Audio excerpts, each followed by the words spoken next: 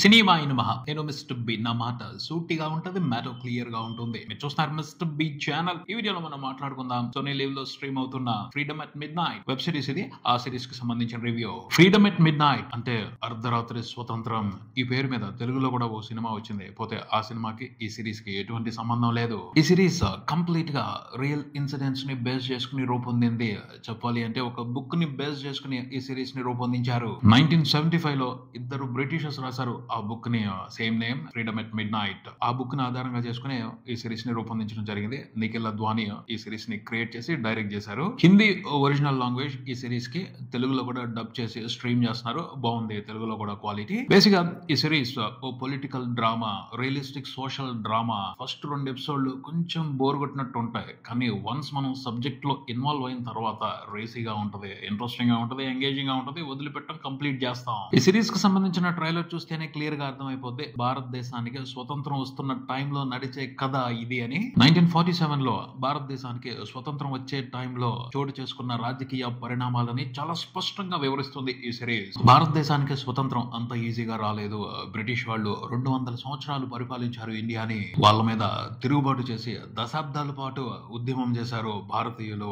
చాలా మంది అమరవీరులు ప్రాణాలని త్యాగం చేశారు. ఆ తర్వాత ఎన్నో పరిణామాలు చోటు చేసుకున్న తర్వాతే భారతదేశానికి స్వతంత్రం వచ్చింది. భారతదేశ స్వతంత్ర పోరాటం గురించి, స్వతంత్ర వీరుల గురించి, బ్రిటిష్ వాళ్ళ దురాగతాల గురించి, వాళ్ళు చేసిన అన్యాయం గురించి ఎన్నో కథలు వచ్చాయి, ఎన్నో సినిమాలు వచ్చాయి. కానీ ఈ సిరీస్ లో ఉన్న కథ కంప్లీట్ గా డిఫరెంట్. ఎంతో ఒత్తిడి తర్వాత, ఎన్నో ఉద్యమాల తర్వాత, ఎంతో పోరాటం తర్వాత బ్రిటన్ భారతదేశ నాయకులకి అధికారాన్ని బదలాయిస్తుంది. ఆ టైంలో ఎన్నో నాటకీయమైన రాజకీయ పరిణామాలు చోటు చేసుకున్నాయి. వాటి గురించి చాలా ఇంట్రెస్టింగ్ గా డిస్కస్ చేస్తుంది ఈ సిరీస్. చాలా కొత్త కోణాలు కనిపిస్తాయి ఈ సిరీస్ ని చూసేప్పుడు. నెహ్రూని ఒక కొత్త కోణంలో చూస్తాం, సర్దార్ వల్లభాయ్ పటేల్ ని ఇంకో కొత్త కోణంలో చూస్తాం. ఆ యాంగిల్ చాలా మందికి తెలియకపోయి ఉండొచ్చు. అంటే భారతదేశం మొక్కలవటానికి సంబంధించి బ్రిటిష్ వాళ్ళ తప్పు లేదు, భారతదేశంలో ఉన్న నాయకులే అందుకు కారణం. వాళ్ళ ఈగోనే ప్రధానమైన కారణం. అధికారాన్ని దక్కించుకోవడం కోసం వాళ్ళు పడిన తపన మూలంగానే ఇండియా మొక్కలయ్యింది అన్నట్టు ఇండైరెక్ట్ గా ఇండికేషన్స్ ఇస్తుంది ఈ సిరీస్. మొత్తం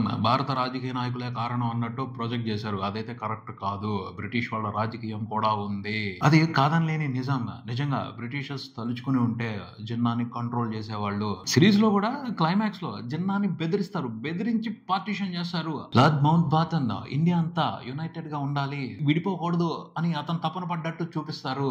నిజంగా అతను నిజాయితీగా కోరుకుని ఉంటే చేసి ఉండేవాడే, జిన్నాని కంట్రోల్ చేసేవాడు. అతనికి ఆ ఛాన్స్ ఉంది అన్నట్టు క్లైమాక్స్ లో చూపెట్టారు. నిజాయితీగా తలుచుకుంటే, లార్డ్ మౌంట్ బాటన్ తలుచుకుంటే ఇండియా విడిపోయేది కాదు. జిన్నాని మడతెట్టేసేవాళ్ళు. అంత పవర్ ఉంది అతని దగ్గర. వాళ్ళ పవర్ పాలిటిక్స్ వాళ్ళు ఆడారు, అంతేగాని వాళ్ళు ఇండియా కోసం తపన పడ్డారు, ఇండియాకి మంచి చేయాలి అనుకున్నారు. ఇదంతా షో అనే అనుకోవాలి. మహమ్మద్ అలీ జిన్నా ఈ సిరీస్ లో ఆయనే విలన్.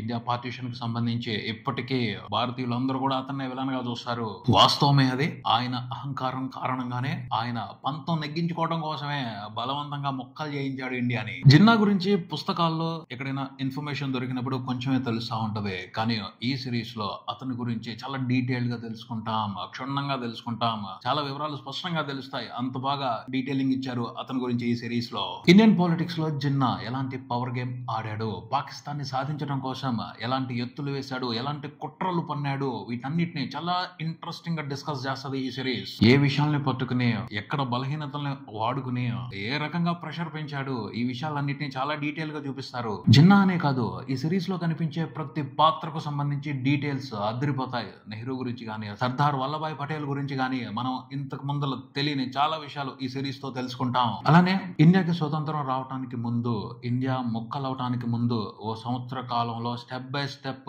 ఏం జరిగింది, ఎలా జరిగింది చాలా వివరంగా తెలుసుకుంటాం. కాకపోతే పార్టీషన్ టైంలో పాలిటిక్స్ ఎలా నడిచాయి, ఆ టైంలో పరిస్థితులు ఎలా ఉన్నాయి, దానికి సంబంధించి హిస్టరీలో ఉన్న డీటెయిల్స్ గురించి కొంచెం నాలెడ్జ్ తీసుకుని ఈ సిరీస్ చూస్తే చాలా బాగుంటది, చాలా ఇంట్రెస్టింగ్ గా ఉంటది. వాస్తవంగా అయితే భారతదేశానికి స్వతంత్రం చాలా స్మూత్ గా వచ్చేయాలి, కానీ మహమ్మద్ అలీ జిన్నాకి కాంగ్రెస్ పార్టీకి విభేదాలు ఉన్నాయి. ఆ విభేదాల మూలంగానే దేశం మొక్కలయ్యింది. ఈ సిరీస్ లో ఓ గమ్మత్తు ఉందని చెప్తాను. అదేమిటి అంటే, అక్కడ కొన్ని సీన్స్ నడుస్తూ ఉంటాయి. ఆ సీన్స్ ని మనం అర్థం చేసుకునే దాన్ని బట్టి దాంట్లో ఇన్నర్ మీనింగ్ వేరే రకంగా అర్థం అవుతా ఉంటది. అలా చాలా విషయాలకు సంబంధించి క్లారిటీ దొరుకుద్ది. కొంతమంది కొన్ని డెసిషన్స్ ఎందుకు తీసుకోవాల్సి వచ్చింది, వాళ్ళు ఎందుకు అప్పుడు అలా బిహేవ్ చేయాల్సి వచ్చింది, దానికి సంబంధించి చరిత్ర ఏం మాట్లాడుకుంది, పబ్లిక్ ఏం మాట్లాడుకున్నారు, తర్వాత తరాలకి ఎలాంటి మెసేజ్లు వచ్చాయి, వీటికి సంబంధించి చాలా క్లారిటీ తీసుకునే అవకాశం ఈ సిరీస్ తో ఉంటది. అంటే స్వతంత్ర ఉద్యమంలో పాల్గొన్నప్పుడు నెహ్రూ గాని సర్దార్ వల్లభాయ్ పటేల్ గాని ఎటువంటి స్వార్థం లేకుండా త్యాగాలు చేశారు. కానీ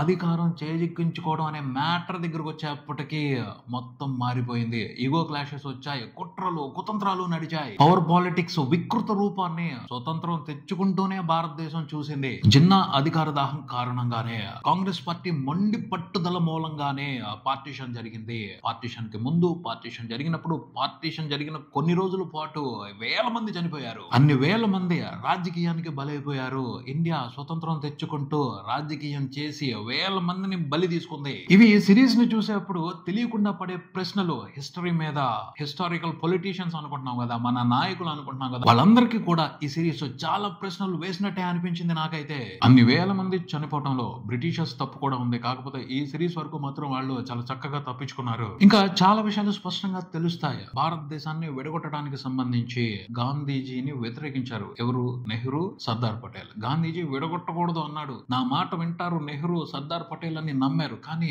వాళ్ళు ఒప్పుకోలేదు. గాంధీజీని వ్యతిరేకించారు. గాంధీ మాట వినలేదు. ఇది నిజమా కాదా అని మనం ఆశ్చర్యపోతాం. కానీ ఇది నిజమని అర్థం అవుతుంది. గాంధీజీని చాలా మంది అపార్థం చేసుకుంటా ఉంటారు. తెలిసి తెలియకుండా ఆయన్ని విమర్శిస్తా ఉంటారు. అలాంటి వాళ్ళందరూ ఖచ్చితంగా ఈ సిరీస్ ని చూడాలి. ఆయన తన సిద్ధాంతాలకే కట్టుబడి ఉన్నాడు. ఆయన తన ప్రకారం ఉద్యమం చేసుకుంటా వెళ్ళినట్టయితే ఖచ్చితంగా ఇండియా విడిపోయేది కాదు.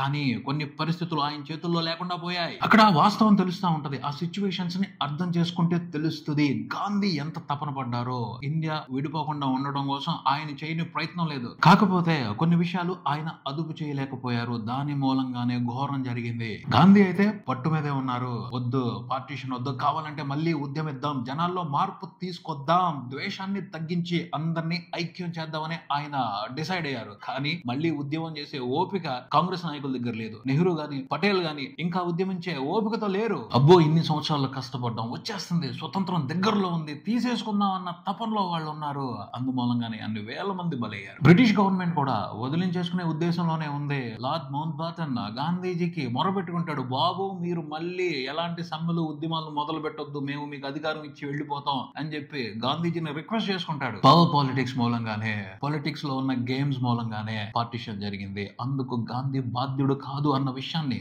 ఈ సిరీస్ చాలా స్పష్టంగా చూపిస్తుంది. కానీ ఎవరి కోణంలో నుంచి వాళ్ళు ఒక నాయకుడిని అర్థం చేసుకుని వాళ్ళకి నచ్చిన నాయకుడిని లేపడం, వాళ్ళకి నచ్చిన నాయకుడిని విమర్శించడం, ఇదంతా ఒక గేమ్ లా నడుస్తా ఉంది. ఇలా ప్రతి విషయాన్ని స్పష్టంగా చెప్తారు అని కాదు. ఆ సిరీస్ లో ఉన్న సారాన్ని అర్థం చేసుకునే కొద్దీ మనకి తడతాయి. ఓహో, ఇలా జరిగిందా, ఇదా జరిగింది అని చాలా వివరాలు తెలుస్తాయి. నేనైతే కన్ఫర్మ్ గా ఈ సిరీస్ ని రికమెండ్ చేస్తాను. ఖచ్చితంగా చూడండి. మన హిస్టరీలో ఏం జరిగింది, స్వతంత్రం వచ్చే ముందు ఏం జరిగింది వివరంగా తెలుసుకుంటాం. చాలా వరకు స్పష్టంగా తెలుసుకుంటాం. చాలా వరకు సిరీస్ లో గానీ సినిమాల్లో గానీ ఓ ప్రముఖ నాయకుడిని చూపించేటప్పుడు అతన్ని హీరోలా చూపెడతారు. కానీ ఈ సిరీస్ లో అన్ని క్యారెక్టర్స్ ఏ ఉంటాయి. వాస్తవంగా వాళ్ళు ఎలా బిహేవ్ చేస్తారు అన్న విషయాన్నే ప్రొజెక్ట్ చేస్తుంది. అది నాకు నచ్చింది ఈ సిరీస్ కి సంబంధించి. కంటెంట్ కి సంబంధించి కానీ, టెక్నికల్ క్వాలిటీకి సంబంధించి కానీ స్టాండర్డ్స్ అదిరిపోయాయనే చెప్పాలి. ఎంత క్వాలిటీగా ఉందంటే ఈ సిరీస్ ఇంగ్లీష్ లో వస్తూ ఉంటాయి, హాలీవుడ్ లో వస్తూ ఉంటాయి, వాటికి పోటీ ఇస్తుంది. ఆ రేంజ్ లో క్వాలిటీగా తీశారు. అంటే మంచి డీటెయిల్స్ ఉన్నాయి, అవి కూడా స్పష్టంగా ఉన్నాయి. అందుకనే వివరంగా కథ తెలుసుకున్నట్టే ఉంటది ఈ సిరీస్ ని చూస్తున్నంత సేపు. పోతే ఈ సిరీస్ ని చూసేప్పుడు ఓ ప్రాబ్లం ఉంది. అదేమిటంటే లాంగ్వేజ్ ప్రాబ్లం. మన ఇండియన్స్ మాట్లాడేటప్పుడే తెలుగులో డబ్బింగ్ వస్తూ ఉంటది. బ్రిటిషర్స్ మాట్లాడేటప్పుడు ఇంగ్లీష్ లోనే నడుస్తూ ఉంటది. బ్రిటిషర్స్ తో సీన్స్ నడిచేప్పుడు ఇది ఇంగ్లీష్ సిరీస్ లాగానే అనిపిస్తుంది. అది కొంచెం డిస్టర్బెన్స్ గా అనిపించింది.